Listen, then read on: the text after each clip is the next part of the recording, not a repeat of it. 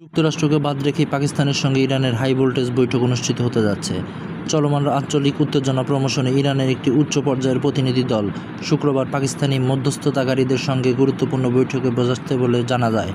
মার্কিন সূত্র এবং ইরানি রাষ্ট্রীয় সংবাদ মাধ্যমের তথ্য অনুযায়ী এই আলোচনায় যুক্তরাষ্ট্রের কোনো প্রতিনিধি থাকার সম্ভাবনা নেই। ইরানের পররাষ্ট্রমন্ত্রী আব্বাস পাকিস্তানের প্রতিনিধিদের সঙ্গে আলোচনার পর ওমানের রাজধানী মাস্কট এবং রাশিয়ার মস্কো শহরে সফরের পরিকল্পনা গ্রহণ করেছে। পাকিস্তান সরকার আশা করছে যে শুক্রবার এই প্রাথমিক বৈঠকটি শেষ পর্যন্ত যুক্তরাষ্ট্র ও ইরানের মধ্যে সরাসরি আলোচনার দ্বিতীয় ধাপের পথ প্রশস্ত করবে।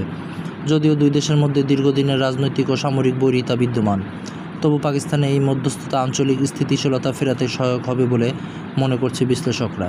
তবে এই আসন্ন বৈঠক বা আলোচনার বিষয়বস্তু নিয়ে এখন পর্যন্ত ওয়াশিংটন কিংবা তেহরান কোনো পক্ষই জনসম্মুখে কোনো আনুষ্ঠানিক মন্তব্য করেনি। মূলত মধ্যপ্রাচ্যের সাম্প্রতিক পরিস্থিতি এবং পারস্য উপসাগরের নিরাপত্তা ইস্যুগুলো এই আলোচনায় গুরুত্ব পেতে পারে বলে ধারণা করা হচ্ছে।